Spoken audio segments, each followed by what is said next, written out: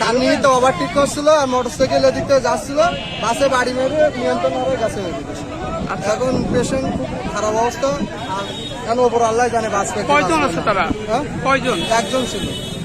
এই লোকাল গাড়িগুলা এইগুলো এক জায়গায় থেমে থেমে ঠিক টাইম মুখে করে নিয়ে একবারে কিন্তু টান দেয়, সামনে কে পড়লো কে বাঁচলো এটা কিন্তু কেউ দেখে না।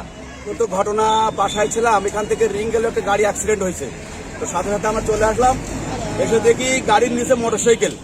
আর কোথায় কি হলো, অসুস্থ লোক রাস্তার পাশে পড়া ছিল, উঠে হাসপাতালে। এখন কিভাবে কি হলো জিজ্ঞাসা করলাম, তো জানতে পারলাম যে গাড়িটা আসছিল যশোর থেকে সাতক্ষীরা অভিমুখে যাবে, আর এই মোটরসাইকেল আরোহী আমাদের হেলাতলা রাস্তা দিয়ে ও মেন রোডে উঠবে, কিন্তু গাড়িটা কন্ট্রোল করে পারেনি, সে সোজা গাড়ি সোজা ছেড়ে দিয়েছে।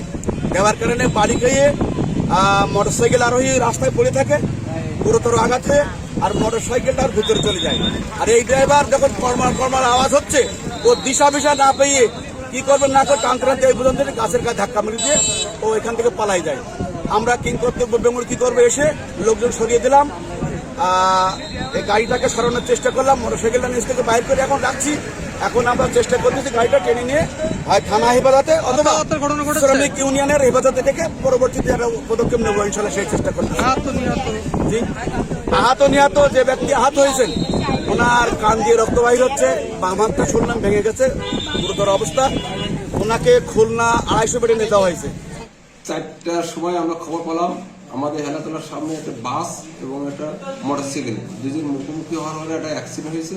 খবর পাওয়ার সঙ্গে আমরা চলে গেলাম জায়গায়, যাইয়ে সেখানে যাই দেখি যে একটা মোটরসাইকেল গাড়ির তলে আছে, একটা লোক আটকা পড়ে আছে। তাকে আমরা উদ্ধার করে কলারে হাসপাতালে দিয়ে আসলাম।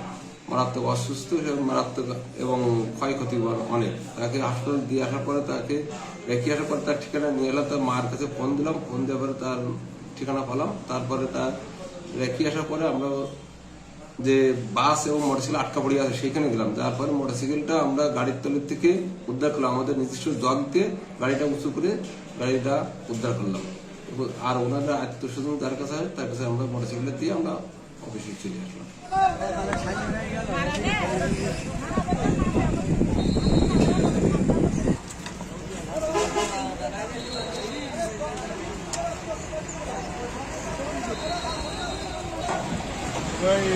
হাসপাতালে যাও দিন আসা, তোমরা একটা হাসপাতালে যে রুগীটার খোঁজ দাও দেখো।